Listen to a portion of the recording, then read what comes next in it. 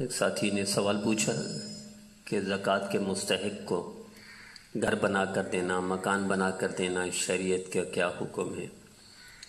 تو یاد رکھیے، زکوٰۃ کا پیسہ دینے کے لیے مالک بنانا پڑتا ہے مستحق زکوٰۃ کو، یعنی غریب آدمی کو، مفلس کو یا فقیر کو مستحق ہو تو اس کو مالک بنانا پڑتا ہے۔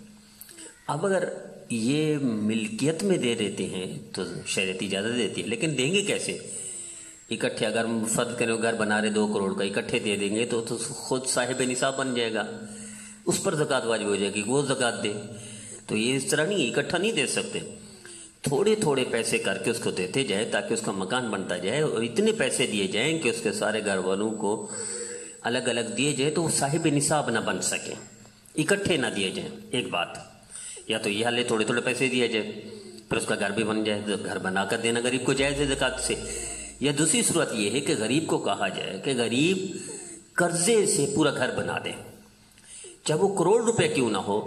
اب وہ ایک دم کروڑ زکوٰۃ سے بنا دے، اس نے قرضے سے بنا دیا، قرضہ چڑھ گیا، اب یہ قرضہ غریب کا 1 کروڑ بھی اکٹھا ادا کرنا جائز ہے زکوٰۃ کے پیسے سے، کوئی حرج نہیں، تو اجر بھی مل جائے گا اور زکوٰۃ بھی ادا ہو جائے گی۔